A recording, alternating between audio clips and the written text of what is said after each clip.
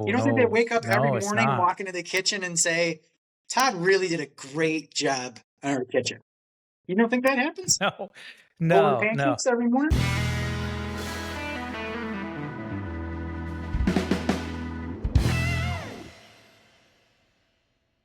Hey, Todd, how are you doing? Joe, doing good, man.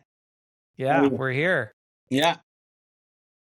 So, what's our situation today? I believe we were going to talk about losing clients. And by client, I mean someone who you thought was loyal to your company, someone who you thought just they're not even going to shop around for other contractors. They need something done. They're calling you. They know that they're in good hands. They know you're going to be fair and straight with them. And that's it. You know, I'd like to think that I have earned a few of those along the way. And I think the reason this topic came up is because recently we had a kitchen remodel that we did 2 years ago now. Total gut job, knew everything. And at the end of that project, as we typically do, I don't give a formal survey, but I always sit and talk to my clients just to kind of see what they were happy with, what they weren't happy with, what we can improve on, whatever. And they were thrilled with everything. They said you were great, your guys are great, the service was great, attention to detail, you were always responsive, everything. And even to the point where a husband and wife, we were standing in their kitchen when we were done, and they said, if you ever need a referral, you can walk someone through our house if you want. So I said, I certainly appreciate that. Thank you very much. Well, I said that was about 2 years ago. So fast forward to about 2 weeks ago, and they had reached out and said they wanted to remodel their hall bath as well as their master bath. So I said, okay, we got a date on the books. I went out, looked at everything, and I had given them a price for the hall bath the same time that we were doing the kitchen. And the kitchen was a little more expensive than they thought it was going to be. So again, you're going back a little over 2 years now. But they looked at that price and said, oh, we're thinking of doing the hall bath now. And, I still have your proposal. And I said, well, that proposal obviously is not good anymore. We've gone through quite a bit of inflation over the last 2.5 years. That price, you can throw that out. Not to mention, they were going to keep the bathtub, and this bathtub now changed to a full shower. So that's a lot more work for everybody: demo, plumber, tile setter, framer, you name it, right? And they wanted to add heated floors. So that price got higher and higher. So I gave them a set price, gave them a full proposal for doing the hall bath. And the master bath, they were not 100% certain on what they wanted to do. So I just gave them kind of a ballpark, dependent on what we do design wise, dependent on materials, what have you. And about a week goes by and I hadn't heard from them. So I figured I'll just shoot them a quick email and just see if they had any questions, and shot them an email. And I am still shocked. They emailed me back and said, we're actually going to go with someone else for the bathrooms. Thanks for coming out. And I had emailed them back and I just said, I'm sorry, but I said, I need to ask. I said, I know you guys were very happy with the kitchen. And you still are. When I went to look at the bathrooms, I asked, how's the kitchen? And they said, we love it. We get nothing but compliments on it. Super happy. Okay, great. So I had to email them and say, I know you're happy with the kitchen. I know you're happy with the quality of work. I know you're happy with the service. Like, what is it? I mean, enlighten me, like, please. So they got back to me immediately and said, it just came down to price. That was it. And they said the price difference was too much. So we thought that it wasn't even worth coming back to you and having that conversation. So I, of course, just out of my own curiosity, took a look at my numbers for what I had gave them. And I'm looking through it and I'm thinking, I didn't think I was out of line with my pricing. It's a total gut of a bathroom. So I just kind of left it. I said, all right, I certainly appreciate that. And, I do hope it works out well. Whoever you hired, I hope it goes well and hope you're happy with the finished product. And I'm sorry we couldn't get together on this, and I kind of just left it at that. So I guess it kind of raised a lot of questions in my mind of just, I guess one being like, how does that conversation look right? Like, do you want to tell that person, hey, did you sign the contract yet? If you didn't, can we please make sure we're comparing apples to apples? And can I sit down with you and like see if we can work this out? And that didn't feel comfortable to me. I'm not a used car salesman kind of. So I feel like if I don't get the sale, then I don't get the sale. That's fine. It's your loss, not mine. So I didn't want to go. I didn't want to do that. So I just kind of let it. I just kind of let it sit. But they did come back to me and say, if you still wanted to price the master bathroom, we would love for you to price the master bathroom. And I'm thinking, why? I'm going to be more expensive, obviously, than the person that's doing the hall bath. I already am by quite a bit. So if you found someone who's much cheaper than me, if you're happy with the work that they do, stick with them. I'm not going to waste my time giving you another estimate. So I haven't even responded to that email yet. I just kind of let that sit for a bit. But I guess there was a few things of just how do you respond to that? How do you tackle that? Because that's a repeat client and you know what you're getting, do you offer some sort of slight discount? Not a lot, but some slight discount just because you know what you're getting. I don't typically like to do that. But do people do that? I don't know. That's where I'm at. Okay. To answer that last question, I think the answer is no. You're not giving a discount. Well, I know your answer is no. On the value of your services. Sure. So this is for repeat clients. How do we deal with that? Mm-hmm. This situation is tough because in my head, I was going, and you already answered the question. So, and you did everything right. At the end, you got your survey of the work you did 2 years ago. You didn't get it in writing. So that I would suggest getting that in writing. But other than that, but you did sit down with them, you did ask. Mm-hmm. The benefit of asking them to get it in writing is then you're giving them the option to write down their true feelings without having to do it to your face. So you might get more of a true answer. Okay. Yeah, that's a fair point. A lot of people in the world don't like conflict. So you might be hearing just what they think you want to hear and not necessarily their true feelings. Mm-hmm. Because maybe they don't want to hurt your feelings, right? So they don't want to, they're not going to necessarily give you the full truth. Maybe they do, maybe they will, maybe their personality is that it lenders to that option, right? And that they're open to that. But fair point. Yeah. Fair point. Yeah, so try that. But I guess this brings up a good point of repeat clients. We all know and hear how repeat clients are our bread and butter, and that's what we should be focusing on. And you hear all that. What you don't hear most of the time is that doesn't mean that they're going to sign with you. That means that you have a better chance of closing that deal. That doesn't mean that you're going to get them right 100% of the time. It doesn't mean that it's guaranteed. Mm-hmm.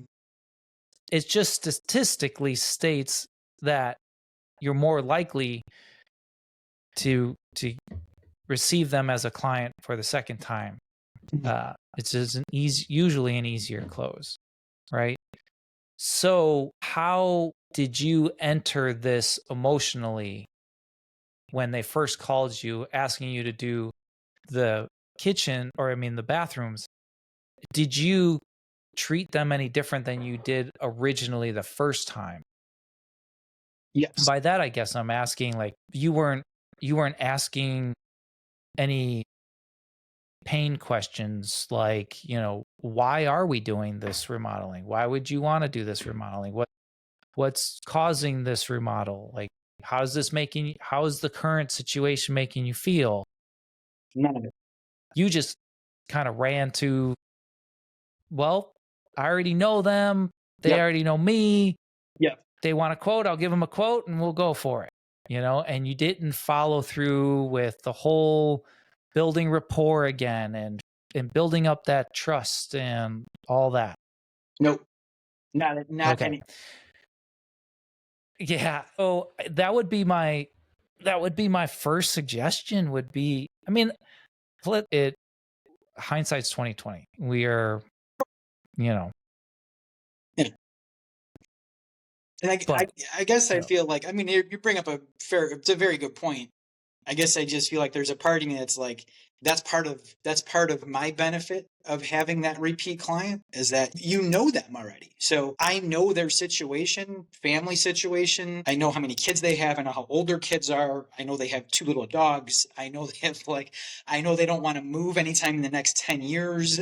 So a lot of that, I feel like I already know. So there's that certain comfort level, I guess, when it's a repeat client where it's just like I show up and I know the dog's names. I know the kids' names. I know the little quirky things that were wrong with that house the first time we worked on it, you know. And that's another benefit too of, I guess, of someone who's potentially hiring a contractor is hiring someone who's already done work on your home who knows how if there was anything wrong with your home to begin with, what had to be repaired or what was done yeah, incorrectly or whatever it may be. They already know your home, right? right. But Like the did you mechanic remind who them? knows your car. But No, did you remind them of that? no, no. I just felt like the See? kitchen itself is a constant everyday reminder of how fantastic I Nope. am. No, No, it's not. buddy. You No, don't think they no, wake up every no, it's morning, not. walk into the kitchen and say, Todd really did a great job on our kitchen. You don't think that happens? No, Over no, no. pancakes every morning? I'm pretty sure he did not get your name tattooed on his arm either. Yeah. So, here's a good example every flipping time. EFT. You have a process Yeah, every flipping time. yeah. Do your process. Don't go outside your process. No matter whether they are a repeat client or not, they are a repeat client. So they're expecting your process now, and Mm, you didn't give it to them. no, I didn't. So they might be feeling like maybe he's not wanting to do this job, Mm-hmm. you know, possibly. Possibly. The other point that I wanted to make is you brought up a really good point by stating that you know the house, you know the kids, you Mm-hmm. know the dog, you know the family, Mm-hmm. and you didn't use any of that ammunition. Think about all the probing questions that you could have asked them that were specific to their family. You could have came in and said things like, yeah, I know that this hall bathroom, I remember this was an issue with you before. How is Billy and Bobby working in this bathroom together? How's that working out in the last few years for them? Yeah.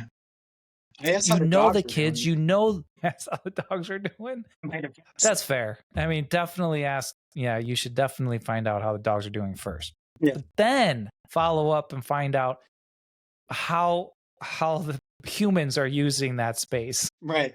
Right. I think you missed a huge opportunity to follow your process and come to that meeting with very questions that would have showed them that you listened last time and that you still remember them and that you appreciate them. It goes a long way when you show up and use their name, right? So going in there and asking how the kids are doing, and just building that bonding and that rapport up front, like right away, you should have done that all over again. Hey, it's been 2 years. You came in and said, "Hey, it's been 2 years. How's the kitchen doing?" Mm-hmm. You should have came in and said, "Hey, it's been 2 years. How's Billy and Bobby doing?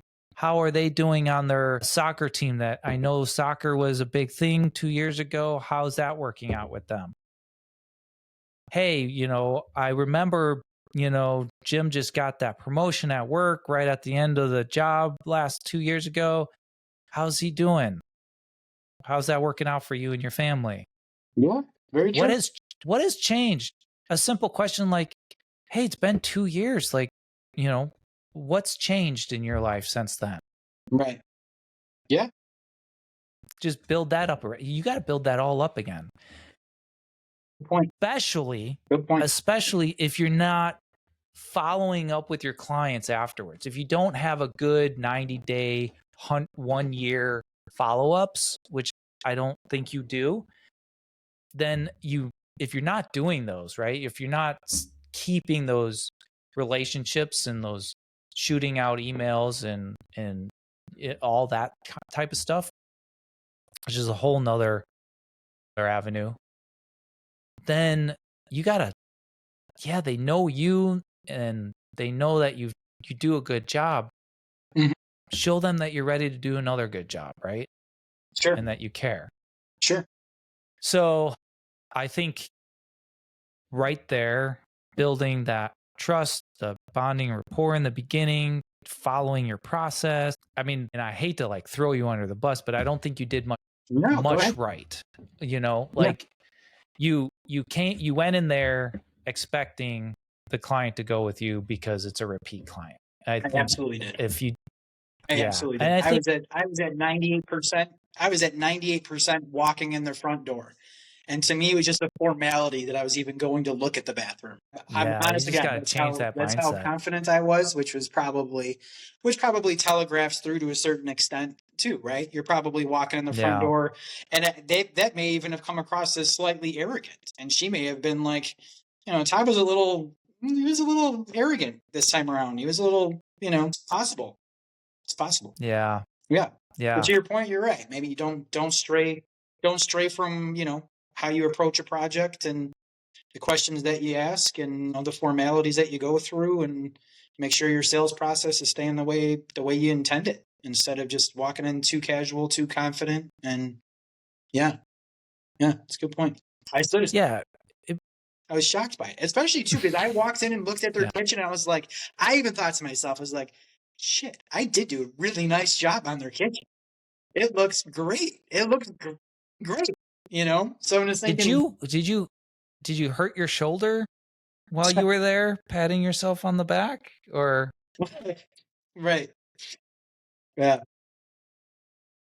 we can go right down that whole process. You didn't ask any of those pain questions and finding out why they're doing what they're doing. Did you explain why the investment is going to be more and, it just kind of all those things, right? And cockiness to some degree is good, confidence is good, but overconfidence is not, right? So that comes off as too Mhm. cocky and too standoffish. So I think it could have very well all been just budget for them, but usually it's not.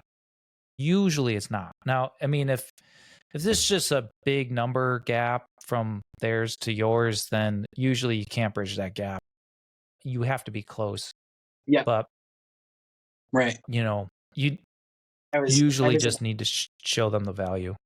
I was about I was a little over 20% more than the other price they got. Okay, but that doesn't mean much because every contractor is going to have different pricing than the other, right? Like you know that. So Absolutely. it's hard to in order unless we sat down and went transaction to transaction and which you generally don't have that itemized anyway in a bid. So it's like how do you know what they're using and how they're going to use it?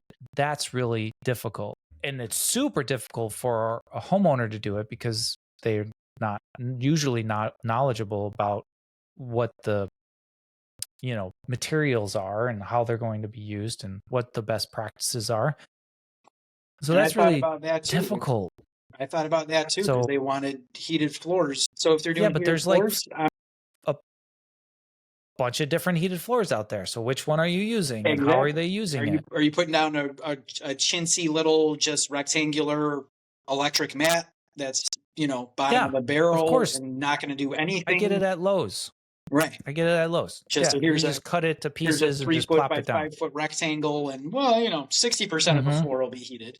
Or are you Yeah. gonna? I was doing the Ditra. So if you're doing Ditra heat, you're getting the decoupling anti-crack membrane plus the heat, which is a fantastic system that you can route wherever you want to route it. And it has a Wi-Fi enabled thermostat that I included. So I was Yeah, I was putting thinking in a about those Wi-Fi ones, man. yeah, I was putting I in a I I I put that in my house. The Dietrich heat, I put that in my house recently and I had the option to put the Wi-Fi in there and I was thinking about it and I was like, man, I I set those things once, like the day after I install it. I set the program it and then I don't touch it. ever. Like, why would I need it Wi-Fi'd? I just I don't know. And I did. I programmed it when I turned it on, programmed it, and it's been months now and I haven't looked at it. I have 3 of my bathrooms have heated floors and You don't I touch it. don't look at any of them ever. Okay. No. All right. They just stay at a they just do that whatever program I put it in as, and that's it. I'm not turning them on and off and monkeying with them and changing temperatures or anything like that. So Sure. why would I need Wi-Fi? And Nah. I think most people But probably won't. You're probably right. Most people probably aren't yeah. going to adjust that. But that's something. It's like I know they are tech savvy people, so that was one thing. I was like, so I just They included might it. have liked that. Yeah, I didn't even Yeah. ask. I just included it. But they didn't know that, and that's in your quote, but not in the other guy's quote, and that's expensive option. So that's the Guarantee I was prime spending at example. least How do you? $1,000 more on heated floor than whoever this person is. Indeed. Yeah. Yeah. And they don't know what kind of heated floor they're getting. I'm a big component of putting in 220 all the time, so it's more efficient. It's going to be cheaper over the long run to run. So like they're going to spend more money in, electric over time. It's like if you don't get the chance to explain all that, see, that's why you don't give bids, or at least that's why we don't give bids. Mhm. We want to be able. Everything has to come in context. Everything has to be presented in context. Mm-hmm. Yeah. Well, I don't mean to make you feel bad. What do you think? You didn't make me feel bad. Okay, good. Why would I feel bad? Yeah. Well, I don't know. It means how long have we known each other? We always shoot from the hip. That's why this relationship works. Sure. Yeah. Good. We've done that for years. Good. Why are you doing that way? Why don't you do that like this? That's why this works. Keep each other on our toes and that's true. Make each other better, hopefully. And we've all went in thinking oh, well, they went with us before, or they called us. We've done great work with them before, so they're definitely gonna hire us, right? And yeah, we gotta not do that and go in there with our best intentions and follow our process and build that back up. And I will tell you too, I do remember selling them their kitchen, and I came highly recommended to them, which is why they were put in touch with me to begin with. And there was a lot of back and forth to make that sale. A lot of back and forth. We were 3-way conversation with me and husband and wife. We were on the phone multiple times before we made that sale. And they asked very fair questions, so I certainly appreciate that. But it was just a lot of that was financial. Just can you help me understand why this is this much? Where are these costs? And I was happy to walk them through that. I'm happy to explain that and walk you through all this detail of why this costs what it costs. And happy to explain, and that gives you, to your point, that opportunity to say, we're putting in quality everything here. This is top of the line materials that we can get. I'm not going and buying cheap, $12 a gallon on sale paints. I'm going to Benjamin Moore and getting quality paints all the way around. You have a professional drywaller coming in here, not someone who's going to try and patch your ceilings and walls. This is all the guy does day in and day out. Licensed electrician, licensed plumber. I've worked with all these guys for years, so I know what they're capable of. I know they're trustworthy in your house. Everything that we go through, right? So that gave me that opportunity to check all those boxes for them, and eventually did make that sale for the kitchen, which I think, is partially why I was so confident too, because I thought we've been through this, we've been through this already. They know I'm using all the same guys. So that plumber that did your kitchen, he'll be doing your bathroom. That electrician who had to redo some stuff in the panel because it wasn't up to code, he'll be doing your bathroom. So he's already worked on your house. He's already worked on the panel in your house. Everything. Same tile setter that did your backsplash. He's going to be doing your shower. So I felt like that's why I felt so strong that sale was already been made. And it's like, why would you have reason to go elsewhere? You know, but if you're saving 22%, you're saving 22%. And, you know, as I said, nice people. So there's always that small part of me that's like, I never want that to go bad for them and have like the guy that doesn't show up and just for 2 weeks after he rips the bathroom apart.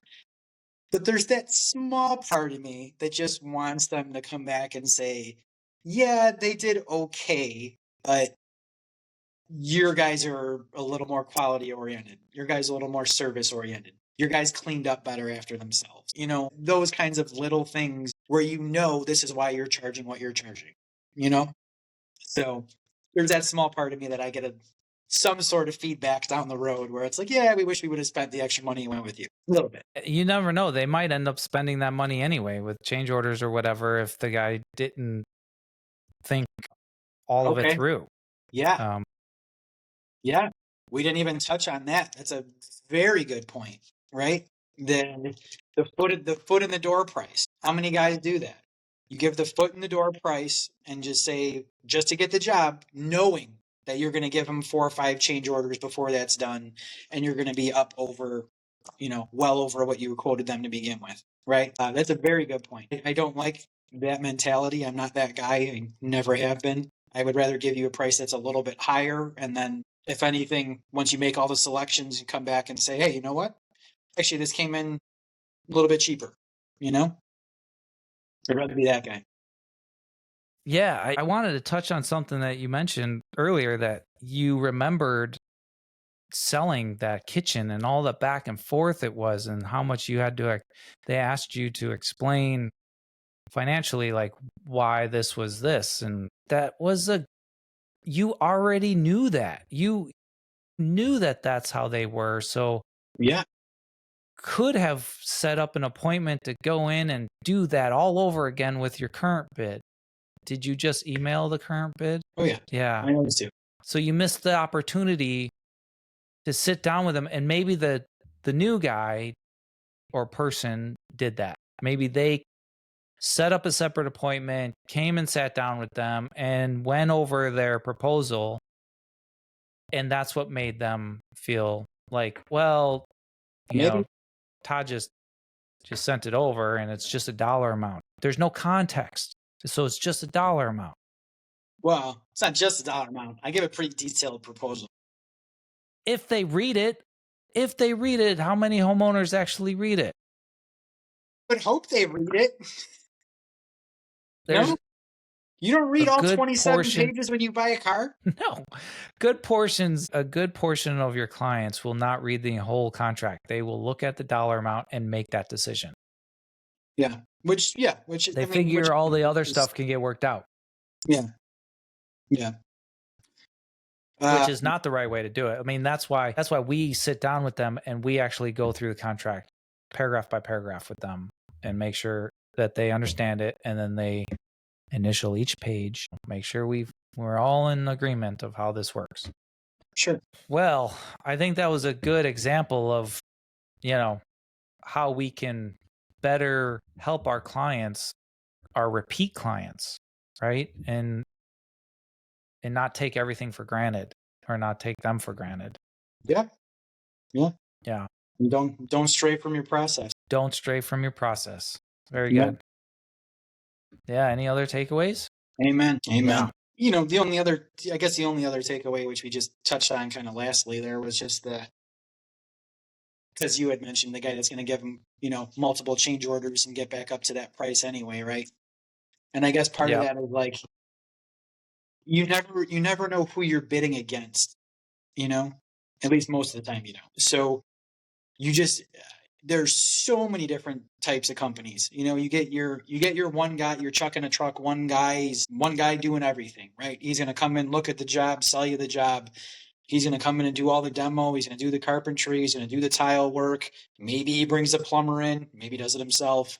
You have that guy, which some of those guys are fine. Some of those guys are very talented, very skilled, and they know all the ins and outs and everything else. Some of them are good at some things, and that's it. Jack of all trades, master of none type, right?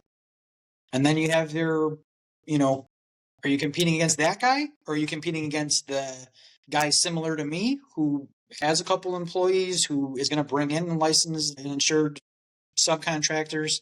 Are you competing against the bigger guy who's the design build, who's going to come in and wow you with their showroom and show you, have a designer in there who's going to show you pretty pictures of what they can do to your house, and then follow through with all that with their process, a sales team and some in-house people and what have you, right? So you never really know who you're competing against, which is always what makes this interesting. It's you never have any idea. So yeah. Yeah. But you're never changing your pricing based off of even if you did know. Like your pricing is No, your my pricing. pricing You is my wouldn't pricing. I change your agree. pricing. No. Yeah. No. But you Right. just want to know you want to know what that was, right? You want to know what that deciding factor was. Yeah, it's always interesting to know. Yeah. Yeah. It Maybe would it's be not 100% price. yeah. It's certainly, price is always a huge factor, but like you said, it's not 100%. It's not 100%. They're going to get sold on some other aspect along with pricing. So is it if it was the Chuck in the truck guy, did he do your neighbor's bathroom and you went and walked through it and wow, it looks fantastic and you're just happy to go with that? Or was it the sales team that came out for the design build company that showed you some stuff and you were just like, wow, okay, we really want to be on board with this company, So yeah, you just never really know what it is. So always interesting if you do get to find out. I ask. So Yeah. we'll see. Well, it doesn't hurt to ask. Yeah. All right. Well, I think that was good. Till next time. All right. Cheers. All right. Cheers. Cheers.